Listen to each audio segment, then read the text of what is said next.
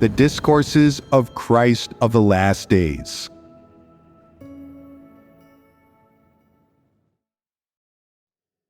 People make too many demands of God. Always making demands of God is a part of man's nature, and you must dissect this nature according to God's Word. How should you dissect it? The first step is to be clear about which unreasonable demands and which extravagant desires people have with regard to God. And you should dissect each and every one of them. Why do people make that demand? What is their motive? What is their aim? The more you conscientiously dissect it in this way, the more understanding you'll have of your own nature, and the more detailed that understanding will become. If you do not dissect it in detail, but just know that people shouldn't make demands of God, only understanding that making demands of God is unreasonable, and that's it, then ultimately you will make no progress, and you will not change. Some people say, "We have so many demands of God because we're too selfish. What should we do?" Naturally, people must understand the truth and know the essence of selfishness. When you truly understand the essence of human selfishness, you will know what you lack. What is frightening is if people cannot understand this. It is easy to recognize obvious, extravagant, or unreasonable demands through dissection, and possible to hate yourself. Sometimes you might think that your demands are reasonable and fair, and because you deem them reasonable and think that's the way things should be, and because others make similar demands, it may seem to you that your demands aren't excessive, but are justifiable and natural. This shows that you still don't have the truth, which is why you cannot clearly understand them. Here's an example. Suppose that there was a man who followed God for many years and suffered a lot through many storms and challenges. He always appeared to behave well and seemed okay in terms of his humanity, his suffering, and his loyalty to God. He was even rather possessed of conscience, willing to repay God's love, and usually knew to step carefully while carrying out his work. Later, I discovered that this man spoke clearly and nicely, but wasn't submissive in the slightest. So I replaced him and commanded that he not be used again in the future. He had worked for the church for several years and suffered a lot, and yet he was ultimately replaced. What's more, I hadn't resolved some of his practical difficulties. What would people think of this kind of situation? First, many people would come to his defense and say, "That's not okay. In these circumstances, God should show him great mercy and grace, because he loves God and expends for him." If someone like him, who has believed in God for many years, can be eliminated, what hope do new believers like us have? Here come people's demands once more, always hoping that God will bless that person and let him remain, while still thinking, "That guy has done right by God. God shouldn't let him down." So many of the demands that people make of God arise from human notions and imaginings.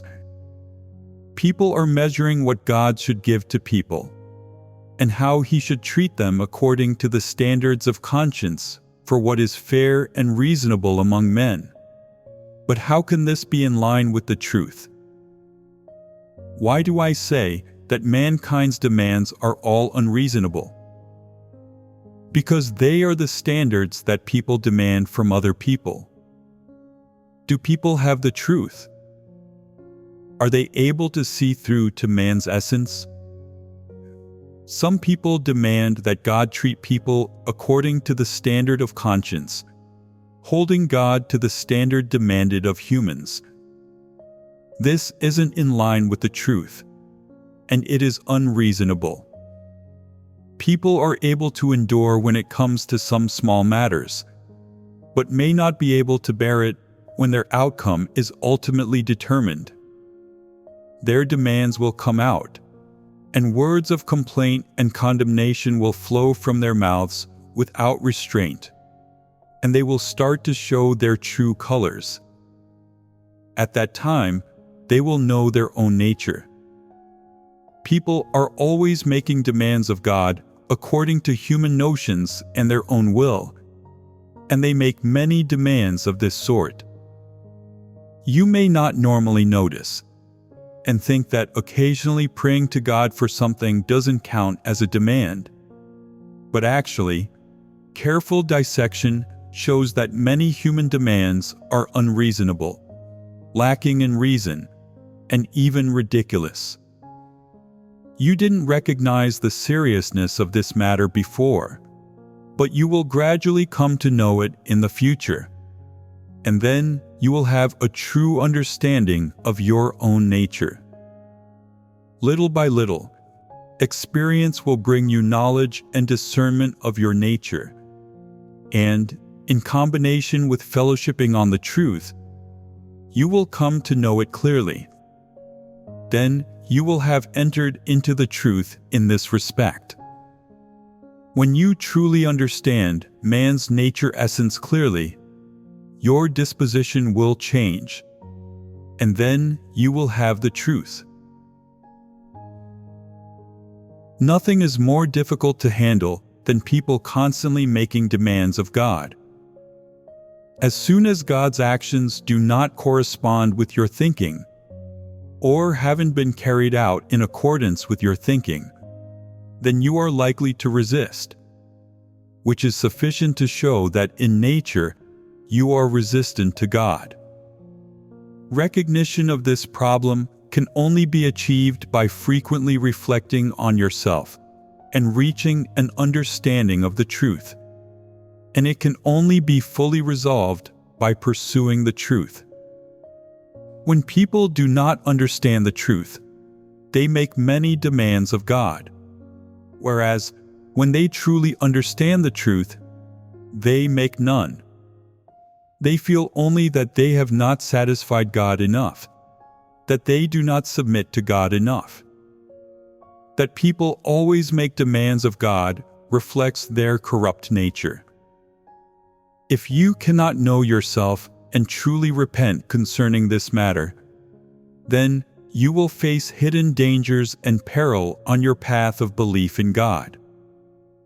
You are able to overcome ordinary things, but when important matters, such as your fate, prospects, and destination are involved, you will perhaps be unable to overcome them. At that time, if you still lack the truth, you may well fall back upon your old ways, and will thus become one of those who are destroyed. Many people have always followed and believed in this way. They've behaved well during the time that they've followed God, but this does not determine what will happen in the future. This is because you are never aware of man's Achilles heel, or the things that are within man's nature that can come to oppose God. And before they lead you to disaster, you remain ignorant of these things. Because the issue of your nature opposing God goes unresolved, it sets you up for disaster.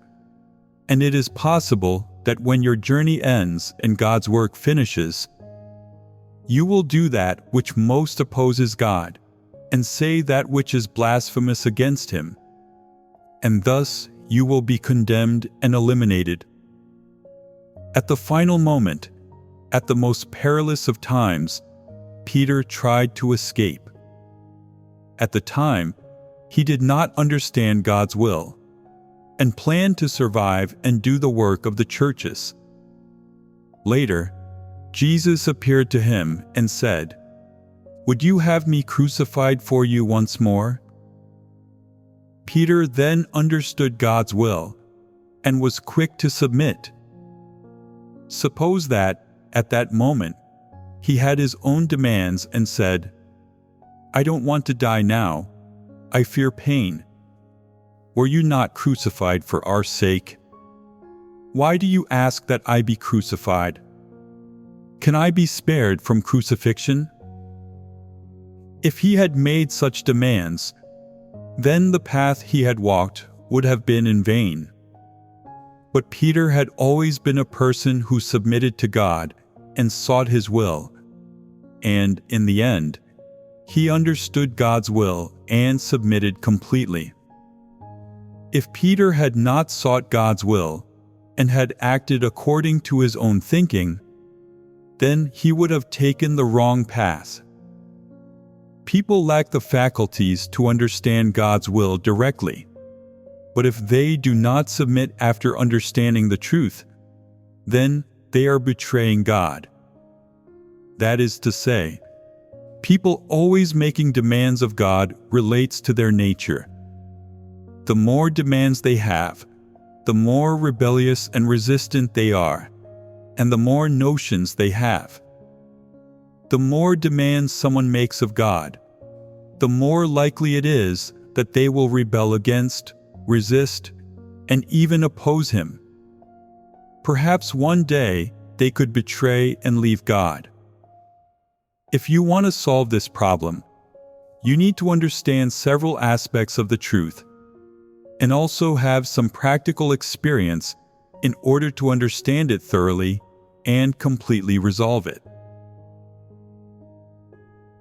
In measuring whether or not people can submit to God, the key is whether or not they have any extravagant desires or ulterior motives toward Him. If people are always making demands of God, it proves that they are not submissive to Him. No matter what happens to you, if you do not accept it from God, and you do not seek the truth, and you are always arguing for yourself and always feeling that only you are right, and if you are even capable of doubting that God is the truth and righteousness, then you will be in trouble. Such people are the most arrogant and rebellious to God. People who always make demands of God cannot truly submit to Him. If you make demands of God, this proves that you are trying to make a deal with God, that you are choosing your own will and acting according to it. In this, you are betraying God, and you lack submission. To make demands of God is in and of itself lacking in sense. If you truly believe that He is God, then you will not dare to make demands of Him, nor will you feel qualified to make demands of Him, whether you think them reasonable or not. If you have true belief in God and believe that He is God, then you will only worship and submit to Him. There is no other choice. People today not only make their own choices, they even ask God to act according to their own will. Not only do they not choose to submit to God, they even ask God to submit to them. Isn't this so lacking in reason? Therefore, if there is no true faith within a person and no substantial belief, they can never obtain God's approval. When people are able to make fewer demands of God, they have more true faith and submission, and their sense of reason is comparatively normal. It is often the case that the more inclined to argue people are, and the more justifications they have, the harder they are to deal with. Not only do they have many demands, but if you give them an inch, they'll want a mile. When they are satisfied in one respect, they'll then make demands in another. They have to be satisfied in all respects. And if they are not, they start complaining and write things off as hopeless and act recklessly.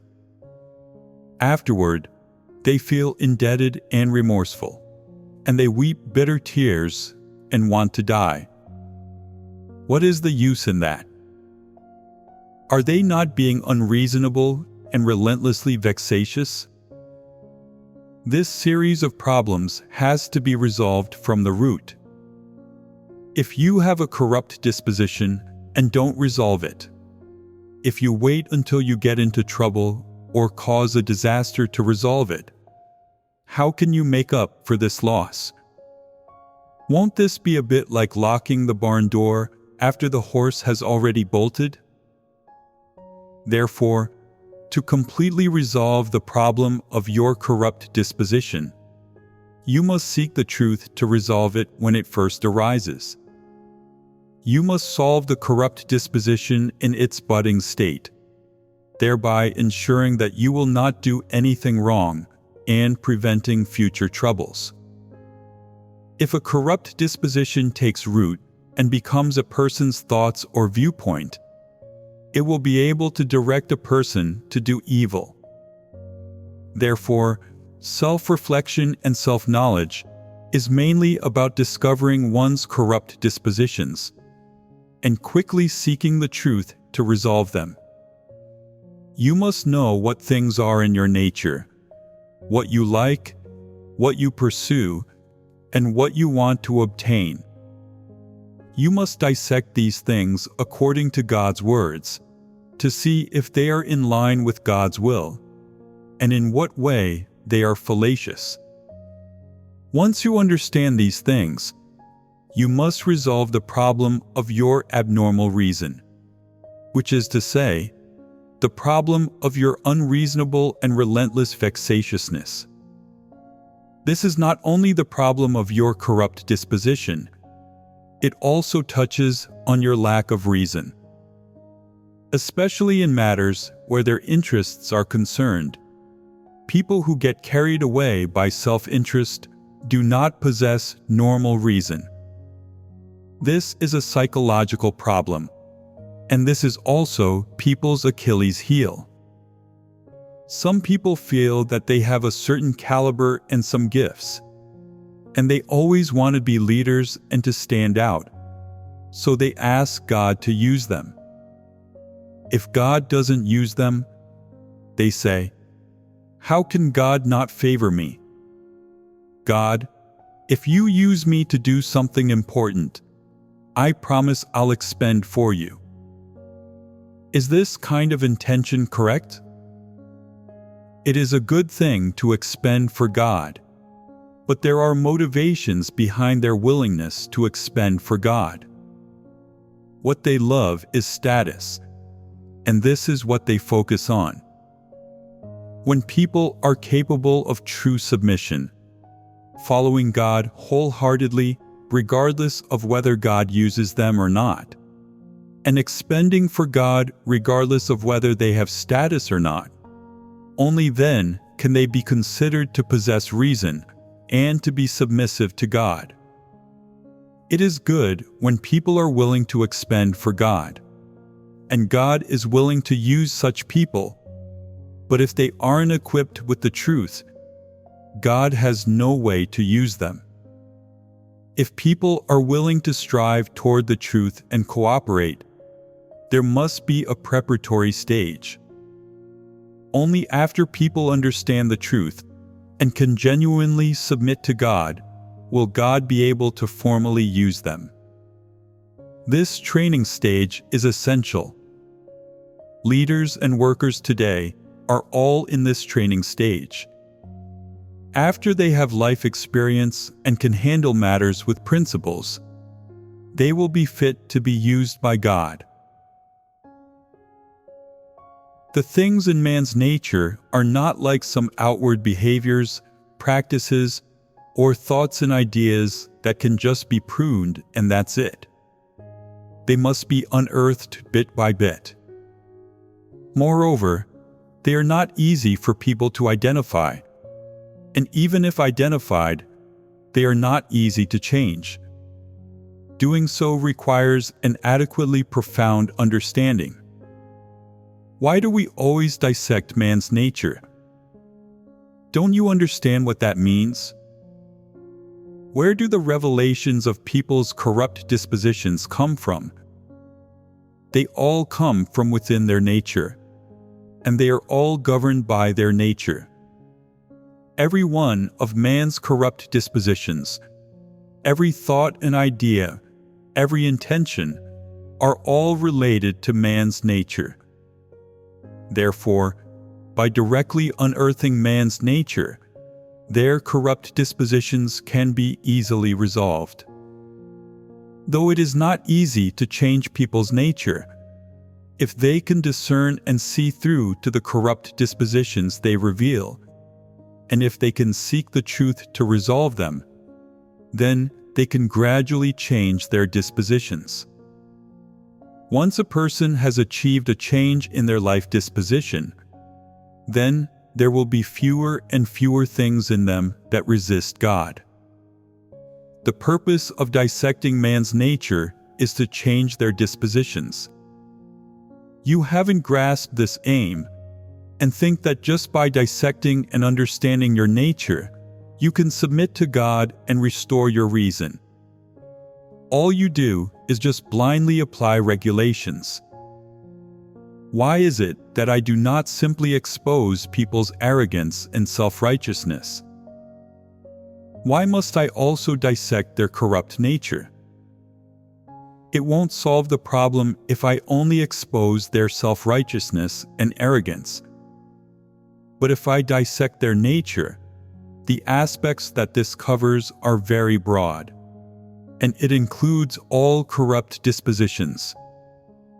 It is more than just the narrow range of self-righteousness, self-importance, and arrogance. Nature includes much more than this. So, it would be good if people could recognize just how many corrupt dispositions they are revealing in all their various demands of God. That is, in their extravagant desires. Once people understand their own nature essence, they can then hate and deny themselves. It will be easy for them to resolve their corrupt dispositions, and they will have a path. Otherwise, you will never dig out the root cause, and will only say that this is self-righteousness, arrogance, or pride, or having no loyalty at all. Can only talking about such superficial things solve your problem? Is there any need to discuss man's nature? In the beginning, what was the nature of Adam and Eve? There was no intentional resistance within them, much less open betrayal. They didn't know what it meant to resist God, much less what it meant to submit to Him. Whatever Satan disseminated, they accepted into their hearts. Now Satan has corrupted mankind to such an extent that people can rebel against and resist God in all things, and can think up all sorts of ways to oppose Him. It's evident that man's nature is the same as Satan's. Why do I say that man's nature is the nature of Satan? Satan is that which resists God, and because people have satanic natures, they are of Satan. While people may not intentionally do things to resist God, because of their satanic nature, all of their thoughts are resistant toward God. Even if people do nothing at all, they are still resisting God, because man's internal essence has changed into something which resists God. Present man, therefore, is different from newly created man. There was no resistance or betrayal within people before. They were full of life, and not governed by any satanic nature. If there is no domination or disturbance of a satanic nature within people, then no matter what they do, it cannot be considered resisting God. What is nature? Nature is man's essence.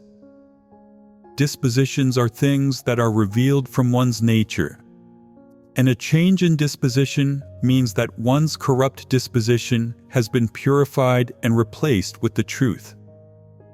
What is therefore revealed is then not a corrupt disposition, but a manifestation of normal humanity. After Satan corrupted man, man became an embodiment of Satan, and the sort of satanic thing that resists God and is entirely capable of betraying Him. Why does God require people to change their dispositions? Because God wants to perfect and gain people, finally making humans who possess a lot of additional realities of knowing God, and the realities of all aspects of the truth. People like this are completely in accordance with God's will. In the past, people had corrupt dispositions and would make a mistake or show resistance whenever they did something. But now, people understand some truths and can do many things that are in line with God's will. However, this doesn't mean that people don't betray God. People still can do this. A part of what is revealed from their nature can be changed, and the part that can change is the part where people are able to practice in accordance with the truth. But just because you can now put the truth into practice doesn't mean that your nature has changed. It is like how people used to always have notions about and demands of God, and now in many respects they don't. But they might still have notions or demands in some matters, and are still able to betray God. You might say, I can submit to whatever God does, and submit in many matters without complaint and without demands. But you can still betray God in some matters. Although you don't resist God on purpose, when you don't understand His will, you can still go against it. So, what is meant by the part that can change? It's that when you understand God's will, you can submit. And when you understand the truth, you can put it into practice. If you don't understand the truth or God's will in some matters, then there is still a possibility that you could reveal corruption. If you understand the truth, but do not put it into practice because you are constrained by certain things, then this is betrayal, and this is something in your nature. Of course, there is no limit to how much your disposition can change. The more truths you gain, that is, the deeper your knowledge of God becomes, the less you will resist and betray Him. Seeking to change one's disposition is mainly achieved by pursuing the truth, and understanding one's own nature essence is achieved through understanding the truth. When one truly gains the truth, all of their problems will be resolved.